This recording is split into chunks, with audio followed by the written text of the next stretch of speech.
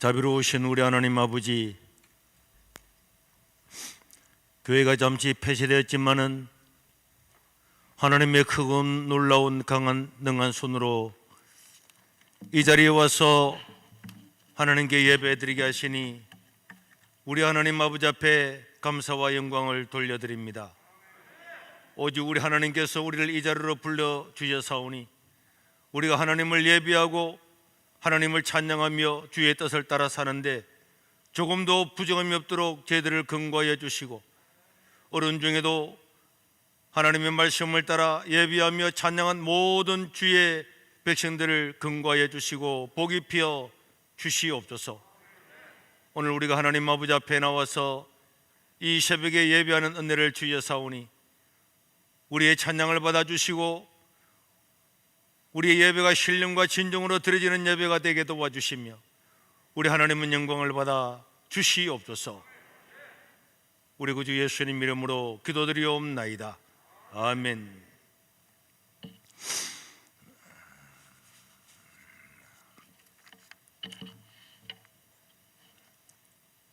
오늘 이렇게 예배당에 들어와서 예배를 드릴 수 있도록 함께 하신 우리 하나님 아버지 앞에 정말 모든 영광을 돌려드립니다. 우리 하나님께 감사와 영광의 박수를 올려드립니다. 네, 감사합니다. 어제까지만 해도 모든 언론들이 교회를 비방하고 행정당국이 엄중 고발 조치하겠다고 천명했음에도 불구하고 하루도 가지 못해 교회 폐쇄를 자기 스스로 해지하고 예배를 드릴 수 있게 조치한 것은 이건 누가 보더라도 하나님의 강한 손의 역사가 아니면은 일어날 수가 없는 일이라고 믿습니다. 또한 우리가 예배의 자유를 위해서 자신들의 모든 것을 내어놓고 협력하고 수고했던 우리 장로님들과 우리 구역장님들, 우리 정교들에게 감사를 드리고, 또 특별히 여러분, 우리 교회뿐만 아니라 한국에 있는 수많은 성도들이, 목회자들께서 함께 기도하고 금식에 동참해 주셨다는 것을 우리가 알고 있습니다. 뿐만 아니라 전 세계에 흩어져 있는 수많은 목사님들과 선교사님들과 또 우리 성도님들께서 멀리서도 금식하고 기도하고 저희들을 응원하고 지지해 준 데 대해서도 진심으로 감사를 드립니다. 왜 우리가 교회가 폐쇄됨에도 불구하고 예배를 사수하고자 했습니까? 신앙생활의 핵심은 예배에 있는 것입니다. 우리의 선배들은 로마의 황제를 예배하라 다 거부하고 하나님을 믿고 하나님을 예배하면서 그들은 목숨을 다 바쳤고, 우리의 믿음의 선조들도 이 일들을 위해서 순교하고 피 흘려 왔습니다. 예배의 자유와 종교의 자유는 우리 대한민국 헌법에도 보장하는 본질적인 가치이고, 특별히 지난해 12월 30일 날 감염병 예방법 49조가 개정되어서 자기들의 입맛에 맞지 아니하면은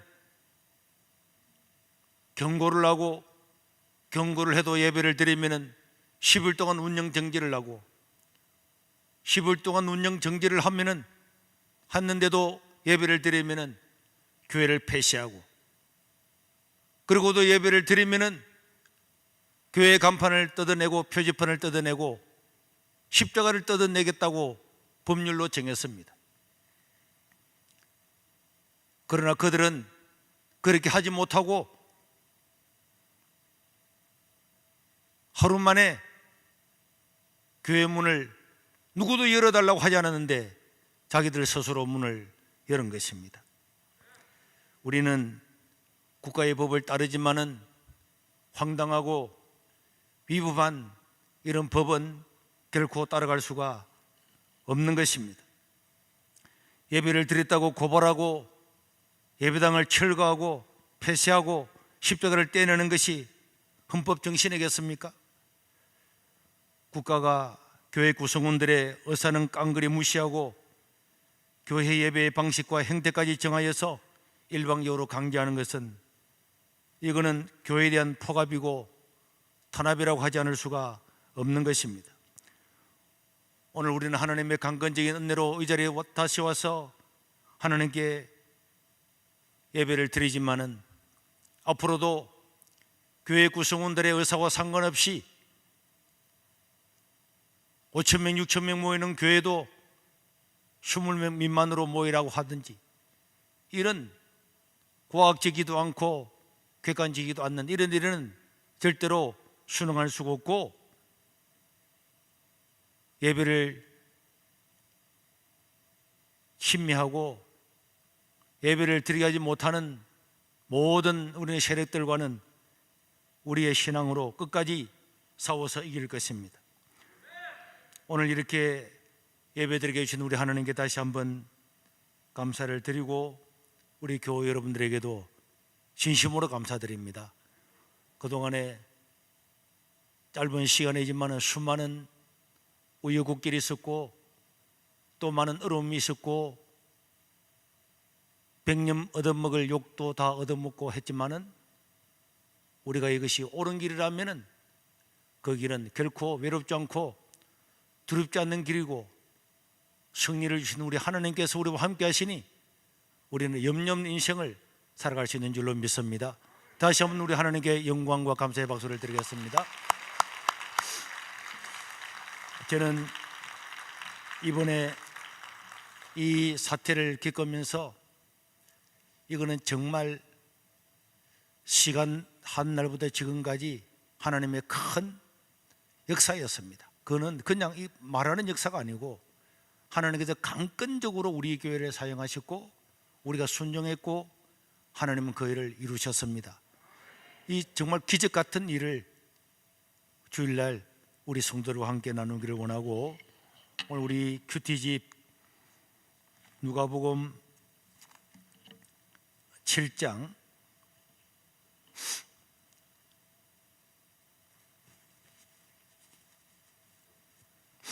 누가복음 7장 1절에서 10절까지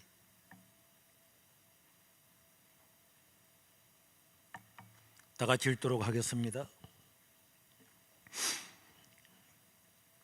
예수께서 모든 말씀을 백성에게 들려주시기를 마치신 후에 가버나움으로 들어가시니라.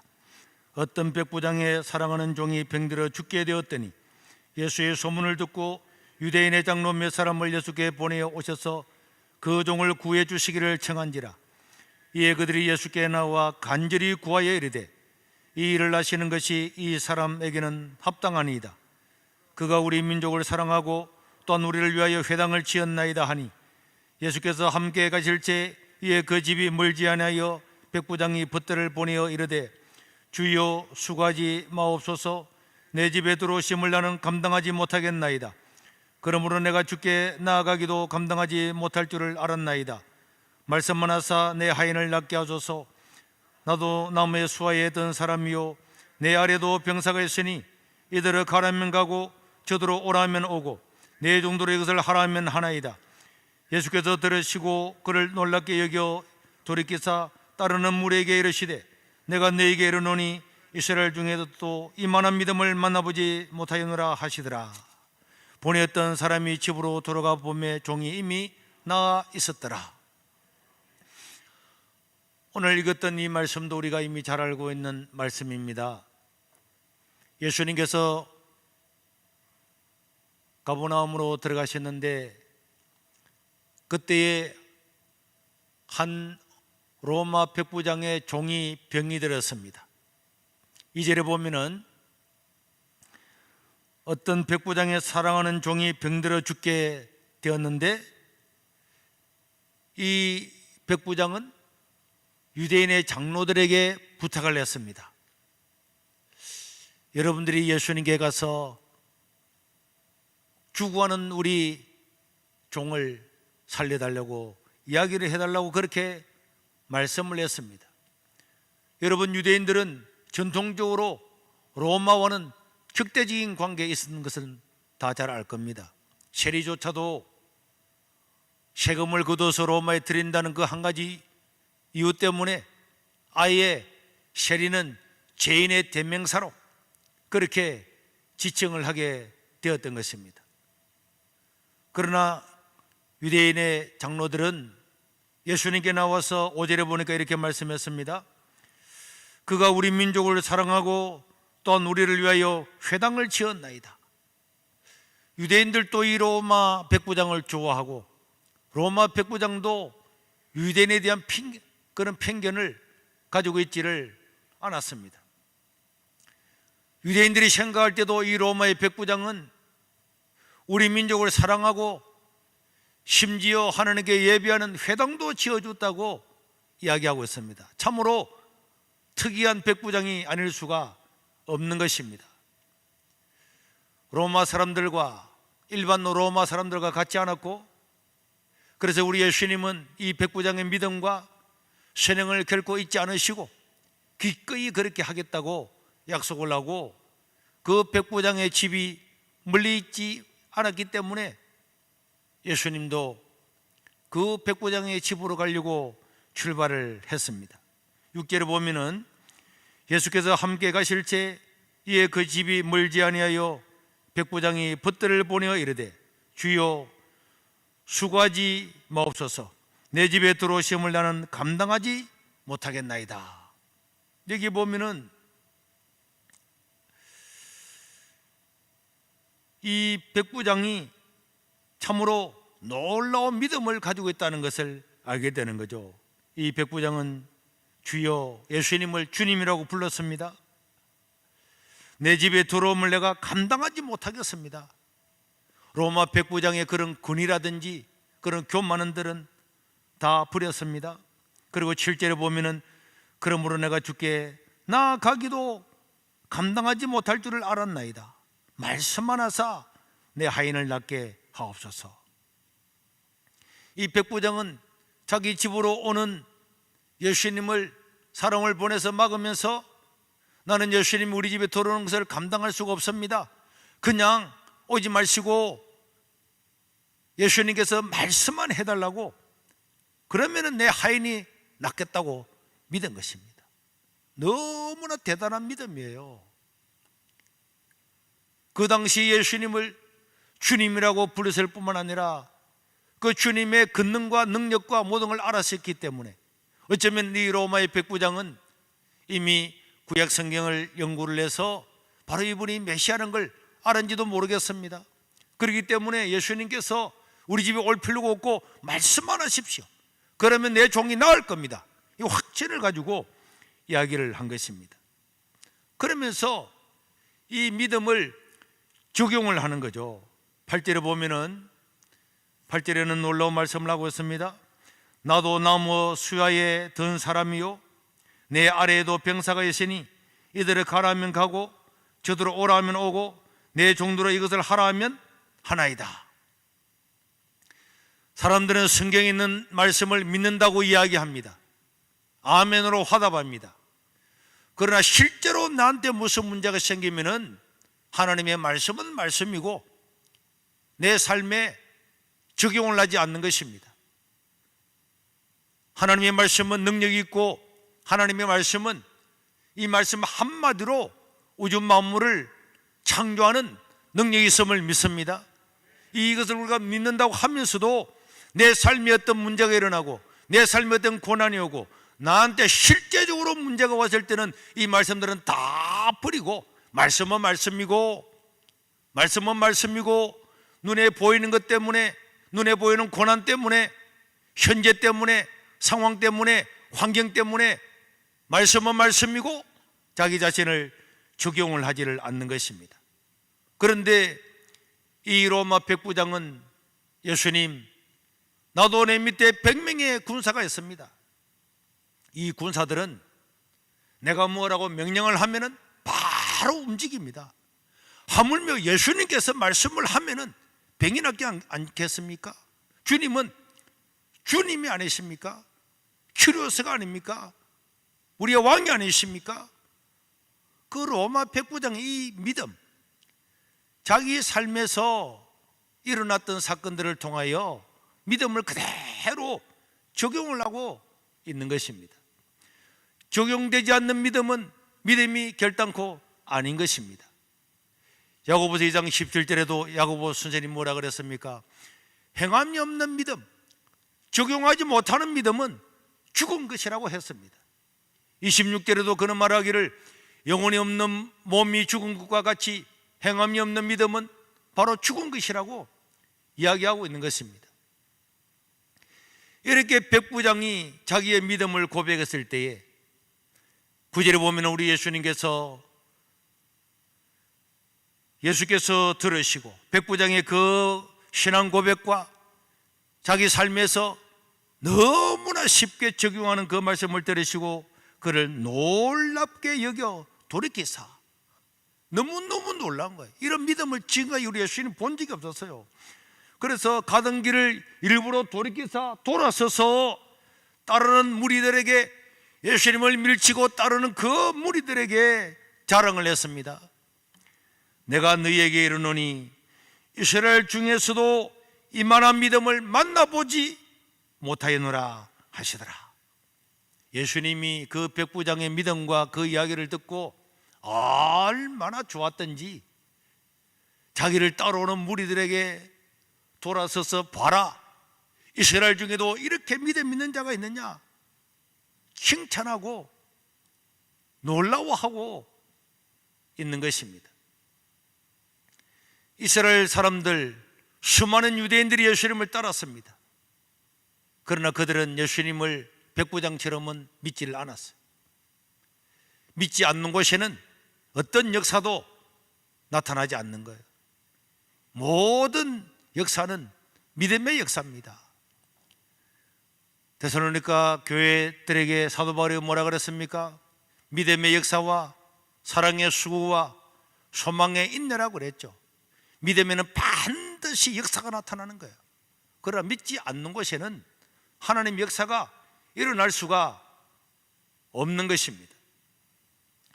예수님은 바로 이 앞에 누가복음 4장 25절에서 27절에 이렇게 말씀했습니다. 누가복음 4장 25절, 또 이르시되 내가 진실로 너희에게 이르노니 선지자가 고향에서는 환영을 받는 자가 없느니라. 내가 참으로 너희에게 이르노니 엘리야 시대에 하늘이 3년 6개월간 닫히어 온 땅에 큰 흉년이 들었을 때에 이스라엘에 많은 과부들이 있었으되 엘리야가 그중 한 사람에게도 보내심을 받지 않고 오직 시돈 땅에 있는 사렙다의 한 과부에게 뿐이었으며, 또 선지자 엘리사 때에 이스라엘에 많은 나병 환자가 있었으되 그 중에 한 사람도 깨끗함을 얻지 못하고 오직 수리아 사람 나만 뿐이었느니라. 여기에 나오는 이 백부장도 로마의 이방인이잖아요. 이 이방인임을 보고 예수님은 수백 년 전에 있었던 엘리야 시대에 수많은 이스라엘의 어려움을 당하는 과부들이 있었지만은 거기에 엘리야를 보내서 그 과부를 공개함을 받도록 한 사람은 사렙다 과부, 극한 가난 가운데 있지만은 하나님을 의지했던 그 한 여자밖에 없었다고 예수님이 이야기합니다. 그도 가난하고 과부고 이방인이었죠. 엘리사 시대에도 엘리사 선지자가 있었음에도 불구하고 그들은 엘리사 선지자에게 의지하지 않고 그 하나님께 기도하지 않고 엘리사 능력 있는 엘리사 선지자님이 있음에도 불구하고 정말로 수많은 나병 환자 가운데서 고침을 받은 사람은 이스라엘 땅에는 한 명도 없었고 저 아람 나라에 나만밖에 없었다고 예수님께서 말씀을 하고 있습니다. 예수님은 사람을 외모로 보는 것이 아니라 그 중심에 있는 믿음을 보시는 줄로 믿습니다. 믿음입니다. 그래서 그 마음에 하나님을 신뢰하는 믿음이 있는 사람은 아람 사람이든 로마 사람이든 시돈의 사렙다 사람이든 하나님은 찾아가셔서 그들을 먹이고 입히고 공개하시는 줄로 믿으시기를 바랍니다. 이 믿음은 세상이 우리를 이기지 못하는 거고, 무릇 하나님께로 난 자마다 세상을 이기느니라. 세상을 이김은 이것이니 곧 우리의 믿음이니라. 믿음이 아니면 세상을 이길 수가 없고, 하나님을 신뢰하는 믿음이 있으면 우리는 세상을 능히 이기게 되는 줄로 믿습니다. 이 사건을 마치고 나인성을 나오는데 한 가부의 아들 청년이 죽었고, 그들을 메고 오자 그 여인이 슬피 울고 있을 때에 예수님께서 그 관을 멈추시고 여자여 슬퍼하지 말고 울지 말아라 하시면서 그 청년을 살려준 사건이 또한 오늘 우리 큐티 본문집에 있습니다.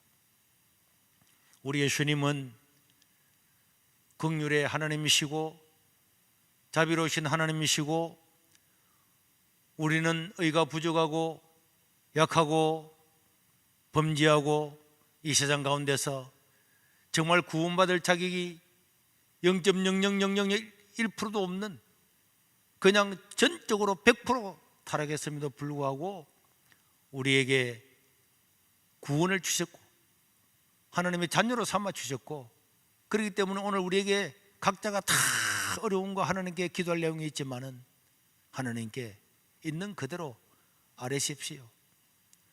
하나님께서 때를 따라 응답하실 거고, 하나님 내 처지를 다 아시니 하나님이 알아서 모든 것들을 선하게 역사하실 것입니다. 우리의 슬픔이 무엇입니까? 아픔이 무엇입니까? 그냥 하나님께 다 말씀을 해놓으시면은 하나님이 오늘 응답하시든 내일 응답하시든 10년 뒤에 응답하시든 하나님의 때가 최고 좋은 때입니다. 우리는 그것을 믿어야 되는 거예요. 그래서 믿는 사람에게는 원망이나 불평이나 그런 것이 없는 거예요. 하나님이 응답하실 때까지 우리는 하나님께 아뢰고, 우리가 부족함이 있으면 돌아보고 회개하고 믿음으로 나아가면 결국은 합력하여 선을 이루시는 하나님께서 우리를 선하게 인도하시고 하나님께는 영광이고 우리에게는 은혜의 때로 만들어 줄 줄로 믿습니다. 오늘 우리가 급작스럽게 연락을 해서 이 새벽에 왔지만은 우리 하나님께 진심으로 감사를 드리고, 우리가 이 예배의 소중함이 어떤 것인가를 충분히 알게 되었습니다. 그러므로 저와 여러분들이 이 예배하고 또 복음 전하고 이웃을 돌보고 우리 약한 구역들을 돌보는데 조금도 나태함이 없이 하나님 뜻을 이루어갈 수 있도록 부탁을 드립니다. 우리 다 같이 기도하겠습니다. 기도하면서 나라와 민족을 위해서, 우리 분열된 한국 교회를 위해서, 또 우리 각자가 이 코로나 시대에 여러 가지 어려운데 우리 10년까지도 갈갈이 찢어졌던 모든 것들이 회복되게 하시고, 또 우리가 이 예배를 지킴으로 또 수많은 사업장에 수많은 압력과 압박이 들어와서 어려워하고 고통했던 우리 교우들에게도 하나님의 은혜가 넘치도록 기도하고, 우리 성도님들이 정말 이 세계로 교회의 일원이 되어서 나라와 민족을 위해, 한국교회를 위해서, 우리 성도를 위해서 기도하는 헌신의 제물들이 되어서 한국교회를 살리고 우리 교회를 살리는 자가 되게 해달라고, 또 해외에 나가 있는 수많은 선교사들이 너무나 어렵습니다. 우리보다도 더 많이 어렵겠죠. 그런 분들을 위해서도 우리가 기도해야 되겠습니다. 우리 다 같이 주여 한번 부르고 통성으로 기도하겠습니다. 주여!